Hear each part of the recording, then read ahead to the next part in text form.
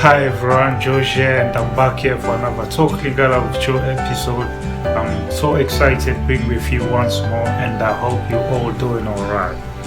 Today I brought you a very important lesson, actually crucial important lesson, so much so that I would recommend your attention. In today's lesson, we're going to learn the most important words and phrases in Lingala. By the end of today's lesson, you will be able to conjugate the verb to have and the verb to be. I would give you the meaning of now, the word now. The linking word now holds the key to understanding so many things in Lingala. Now replaces all the prepositions that you can think of in English. Now is the equivalent of the conjunction and. Now helps us form the possessive pronoun in English. So this is basically the summary of today's lesson. So without further ado, right, as I said earlier, our today's subject is the most important words and phrases in Lingala. So let us begin with the preposition that now can translate in Lingala into Lingala. We have here the preposition of time. The preposition of time in, on, at, before and after. All these prepositions can be translated into na in Lingala. So let us see some examples to illustrate that. I got married in July. Nabalaki na sanza ya sambo. So here, in is translated into na. The second example, at noon. Namidi, tope na nzanga. So namidi or na nzanga. So na translates at, the preposition at. But not here, we say nanzanga. This word nanzanga, nzanga means noon, at noon. But this is the formal way of saying it. Like we use this in a formal setting. But in the common way, we just use midi. The third example, on Saturday. On Saturday. So here, na translates on. Na mokolo ya poso. Na mokolo ya poso. On Saturday. Let's jump to preposition of place. The preposition of place, under, below, in, on, at, as well, can be translated into na in Lingala. All these can be translated into na. So let us see a couple of examples as well. Under the table or below the table becomes nase ya mesa. Nase ya mesa. Mesa is the table. Nase is under or below. In Lingala, it stays the same. The second one is above the town. Above the town. Na likolo ya ville. So above becomes na likolo. Na likolo. Ville is the town. Let's go to the next one. The aeroplane flies below the clouds. So here we have again nase, below, which translates below. Mpepo ezali kotambola nase ya mapata. But not here kotambola. Kotambola means walking. So why do we use walking instead of flying? So walking, normally it should have been mpepo ezali kopumbwa. Kopumbwa means flies. But Lingala chooses to use kotambola instead of flying. So here it's a metaphorical way of saying it. Pepo ezali kotambola. It's metaphoric. Don't take it in the literal way. Let's see more of preposition that can be translated in Lingala. Na can also be with the preposition of direction to, towards, and into. It can also be, as I said earlier, the conjunction can become the conjunction and. So let's see a couple of examples to illustrate that as well. Ngai nazali na yo. Ngai nazali na yo. I am with you. I am with you. So let's go to the next one. Nabongo abandaki koloba na mwasi ete. Nabongo abandaki koloba na mwasi ete. So it said to the woman. This statement is this phrase is very famous. It's taken from the book of Genesis in the Bible. It's the serpent's conversation with Eve. Nabongo abandaki koloba na mwasi ete. So it said to the woman. So to is translated by na. Moto oyo azali koya liboso na yo. Here's another example of the preposition of direction towards that is translated in Lingala to na. The person coming towards you. Moto oyo azali koya liboso na yo. Let's go to throw yourself into water. Komibwaka na mai. To throw yourself into water. So into, which is the preposition of direction, is translated to na as well. Na mai. And note this word here, me. Me is myself. It's a word that helps us mark the reflexive action. When the action is being directed to the subject himself, is taking himself and throw himself into water. So komibwaka, me, komibwaka, very important one as well. Ngai na yo, me and you. You see, na becomes now the conjunction and. Ngai na yo. Nandaku, at home. Tata na biso na likolo. Our father in the heavens.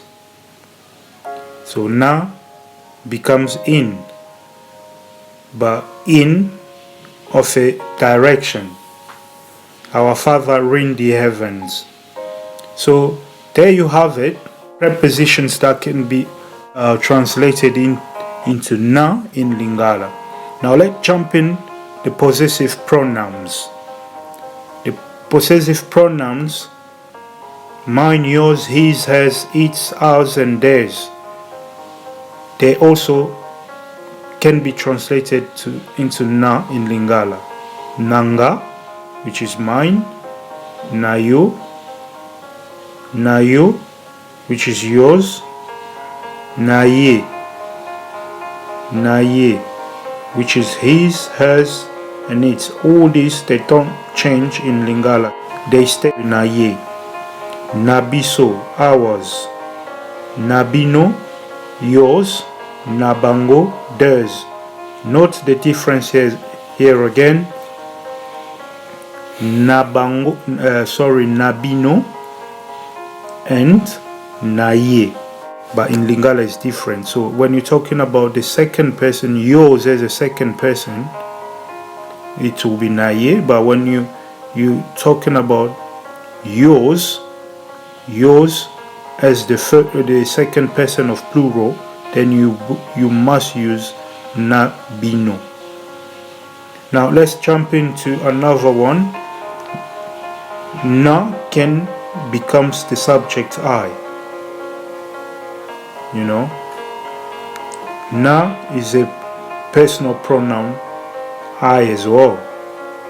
For instance, nazali, I am. This is the verb to be, you know, nazali, I am. Na placed in the end of the verb to be becomes the auxiliary to have. For example, nazali na mbwa. So I have a dog. Mbwa means dog. There's one thing that you need to note as well. Very important. In Lingala, the indefinite article a and n do not exist. They don't exist. So we don't have that in Lingala. Here are some examples to illustrate that. A boy, mwana mobali, a girl, mwana mwasi, an orange, lilala. A boy, mwana means infant, mobali means a man. So because we're talking about a boy, we use mwana to mark that difference, like is a diminutive of a man, less of a man. Mwana mobali, which is a boy. Same here in this case as well. Mwasi is a woman, mwana is infant. So girl, put mwana here to mark that difference, that it's not a woman but less of a woman, diminutive of a woman, a girl. So remember that. But as I said, you don't get any article here in Lingala. That's a bonus actually for you. No article, the indefinite article in Lingala. Right, let's start with the verb to have and verb to be. Verb to be, kozala. That's the infinitive of the verb to be. Kozala na. That's the infinitive of the verb to have. So as I said, kozala, and you just add na in the end to mark the verb to be. So I am Nazali, you are Ozali, he is or she is Azali. But when it comes to the third person, it is Ezali. That's Ezali. Don't use this for human being. It can only be used for animals and things. So the example, Nazali nayo, I am with you. Ozali mayele, you are intelligent. Azali kitoko. In Lingala, it works for both male and female. Azali kitoko. You just use kitoko for both male and female, but obviously in English it's different. If it's a man, he is handsome, and if it's a girl or a female, she is beautiful. Ezali kitoko for things as well. You can say ezali kitoko. Ezali kimia. Kimia means calm. It is calm. Plural. We are tozali. To. That's we. We are. You are bozali. Now, note the difference between English and Lingala when it comes to in the second person of plural and the second person of singular. You are in English is the same, but in Lingala is different. Ozali for the singular, but bozali for the plural. So bozali makasi. You are strong. Talking to more than one person. They are bazali malam. The verb is bazali. Sorry, I didn't. I shouldn't put this malamu here. So the example is bazali malamu. They are strong. Malamu means good. Malamu means good. Yeah, they are good, not they are strong. They are good. Bazali malamu. So there you have it. The verb to be in Lingala. Let's go now to the verb to have. The verb to have, as I said, is the verb to be, but with na in the end. So nazali na, ozali na, azali na, and ezali na. Ezali, remember, ezali is the third person, but only for things and animals. Ezali, don't use ezali for a person, otherwise you would be insulting someone. So don't use a for a person. We have tozalina. You have bozalina, still the same difference. Remember, you in the second person of singular and you as the second person of plural is different. Bozalina and ozalina. That's the difference between English and Lingala when it comes to the verb to have and the verb to be. They have bazali. Bazalina. So bazali na bandaku. They have houses. Bozali nasuki ya mpembe. Bozali nasuki ya pembe. You have white hair. Tozali na fufu. We have fufu. He or she has a good heart. Azali na motema malamu. Azali na motema malamu. You have ozalina. You have a wife. Ozalina mwasi. And then nazali na mutuka. I have a car. So there you have it, the linking word na, the verb to have, verb to be. I hope you've learned something. I do post all my lessons on my Facebook group, Let's Learn Lingala. So you might as well go there and check. And looking forward to our next lesson, which is going to be the linking word ye and the linking word ya. Very important as well. But until then, stay blessed.